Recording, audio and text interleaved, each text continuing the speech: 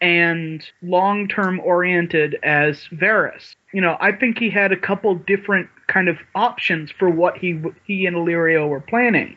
That, clearly we know from the conversation that Arya overheard that, initially they didn't really have all of their eggs in the Daenerys basket, and that they had this whole other thing going on that, I think for a long time, basically Viserys and Daenerys were just there as, kind of assassin lures. But that, once Daenerys kind of showed that she actually had some metal to her, and especially once the dragons appeared, that was an absolute gimme for Varys, and I think he wanted to have someone on the scene. And, him being such a kind of a good judge of character, I'm kind of curious to think, to what extent did he send Barristan, because, Barristan would be a good bodyguard versus Barristan is someone who could further explain to Daenerys, what it means to be a bad king. Because, the whole thing of Varys molding Aegon the Sixth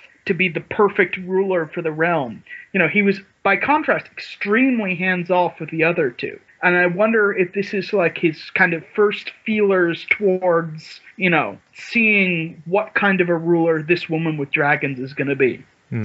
I really wish you have read our Flight of Sorrows book, because Alexander's essay is all about his personal theory of what and who Aegon is and what's going on with him and why Illyrio is so kind of inconsistent with his approach to the various Targaryens. Yeah, I'm still puzzling through the whole thing myself. I'm trying to work out the conspiracies, because honestly, when you dig into them really deeply, a lot of things don't make as much sense as they do on the outset. I wonder if that's intentional. He's kind of backloading all the revelations and the real reveal of the structure, or if it's just kind of shoddy craftsmanship. I don't know either. I mean, it's probably a mix, because, in a series of this length and knowing George R. R. Martin's writing style, there's probably some things that have shifted and that he probably wishes he could go back and edit. But I think also part of it has to do with, the nature of conspiracies that are in conflict.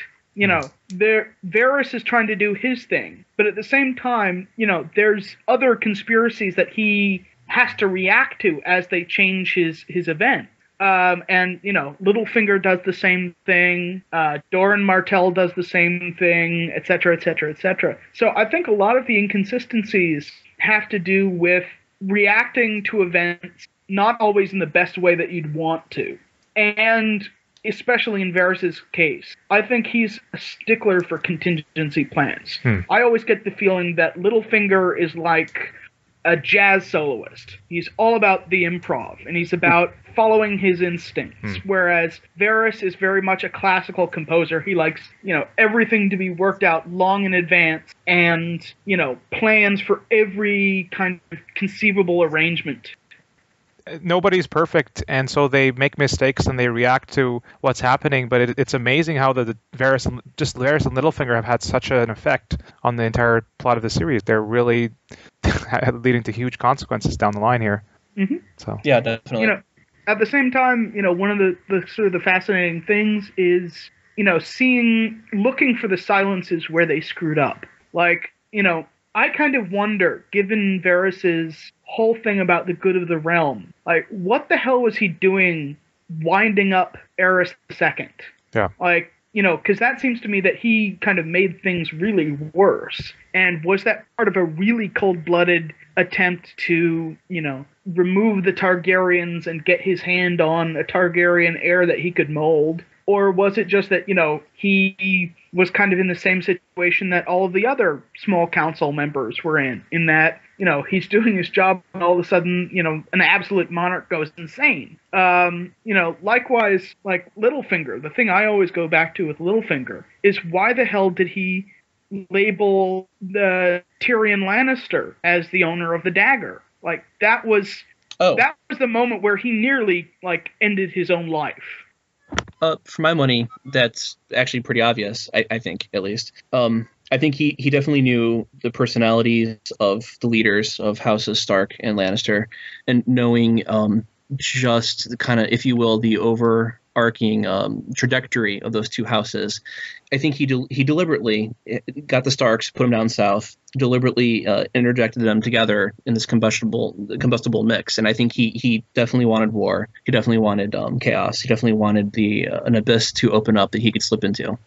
Oh, I don't disagree. It's just that, he initially sets up a very controlled theory that says Queen Cersei is behind this, right? And he uses Lysa, and he, gets the Starks thinking in the way that, he wants them to. And then all of a sudden, keep in mind, Littlefinger has no foreknowledge of the assassination attempt on Bran. Right. And all of a sudden, he sees what dagger it is. And I think it's a moment where he genuinely improvises and sort of says, here's a moment where I can really, make myself an integral part of Eddard Stark's investigation so I can guide him exactly the way I want to. But in that moment, he makes a miscalculation, which is, he was gambling a lot on no one checking out his story. Right? Had Eddard even taken a second, that could have potentially opened up Littlefinger to, instant, potentially instant arrest. And,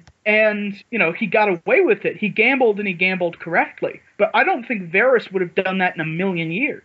Huh. The interesting thing was Varys was in the same room there, too, when that was happening. So, and he habitually stood back and said nothing. Yeah. That's how he plays. Yeah.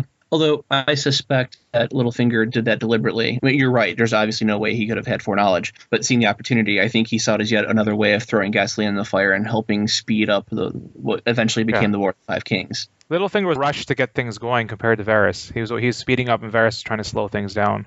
Yeah, it's a sort of a classic nouveau riche kind of attitude. My whole thing becomes, I call it the Darth Sidious problem. So often in these stories, the only way that these villains, their motivations and the way their plans kind of unfold, the only way it makes sense is if they're Dark Lords of the Sith and they have this thing called the Force, and they have foresight, and they have mind reading, and they have all this stuff. The Dark Knight trilogy, while I kind of enjoy those movies, I think ultimately in terms of narrative, they fail miserably. And that's one of the big reasons. Whether it's Ra's al Ghul or Bane, it's just these characters, there's no way that they have to be Sith Lords for those plans to go through Gotham City. There's no way. So the flip side of that is that I don't think we ever get to see the 30 plots that fail. Yeah. Like, I'm sure that Littlefinger had other things that he was thinking of trying to do. Did he want to get himself installed as Hand of the King in place of Jon Arryn, for example? Varys, probably didn't want the war of the Robert's Rebellion to go quite the way that it did. I think he would have been much happier had Aerys died and Rhaegar taken over, for example. Yeah, and we haven't seen the end result either, so we can still see how things might fail. Like, there's a certain character which I had just learned about recently called the Mad Mouse, like Sir Shadrich. Yes. And he was looking for Sansa Stark, right? And now he's suddenly he's working in the Vale. So does Littlefinger know that, or is this guy just there? He's going to find Sansa and steal her away. Like, a small thing like that could derail a lot of his plans. I thought Shadrach worked for Littlefinger, although I might be wrong about that. He does, but I mean, like, did he always work for Littlefinger, or did he just swear to him now and then he's going to notice Sansa and just try to steal her, like some people were thinking about? So, like, even as Littlefinger thinks he has his control on all these pieces, but even a pawn can break things. Yeah, I think Littlefinger is about to, like, hit his dramatic peak. Yeah. And I really want, a good, like, grand guignol end for him. Well, killing Lysa, I think, was a mistake. I don't think he was planning to do it that quickly, right? He just had to adapt to that. That was a mistake brought on by Sansa. That was a major mistake because what I think he wanted to do was get her pregnant so that he has a potential claimant to the Riverland. And that didn't work out. Someone in one of the essays in our book, and forgive me, I can't remember who, said it's pretty obvious that what Littlefinger ultimately wants is to become king. He wants to sit the Iron Throne. I never thought that. No, I don't think he's stupid enough to think that he's a credible king. Yeah. I think what he wants to be is Hand of the King of a weak king. Someone that he can be the blood raven of, to use that analogy. But his other main motivation, and I think this is the one that's going to pull him down in the end, is what he also wants is his mental image of Catelyn Stark. I think, Catelyn Tully. I think that's like the whereas Varys, his personal emotional side has been truncated in a way. Littlefinger, I don't think can actually control that impulse of his. Well, he always has Ross, right? I mean, he can just use her.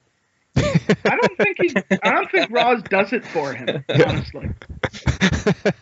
She's gonna be the new POV in book 6.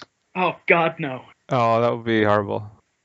I like many things that the show has done, but Roz is not really one of them. I'm high-fiving you right now, Steve. Okay. Oh yeah, so yeah, I agree with you. Like being a lord is one thing and king is another. He could become a big lord and he seems happy with that, but I don't think he's going to be king and doesn't want to be. Sorry, I stepped away for a second. Baby, wife, distractions. That's all babies and wives are, distractions. You want to sit down and read your books, right? Right. Being hand of the king is actually a very interesting supposition because I never even thought that. I just kind of assumed, to use a political analogy, I always assumed that he wanted to be the Karl Rove to a president who is, to a king, I should say, who's as Cersei-like as George W. Bush. I think he always be the advisor behind the scenes. Well, I mean, that's what the Hand of the King kind of is. It's like true. Being Karl Rove and Dick Cheney at the same time. Do you think he wants that public of a face, though? Eventually, because he desperately wants recognition and kind of acceptance and legitimacy. He wants to not only have transcended his birth, but to be acknowledged by the world as having transcended his birth. Yeah, he's a guy who got beat up in high school and has got his girlfriend stolen, and now he wants to make up for it. Okay, I can see that. I am convinced. Hand of the King it is. Next question. Now,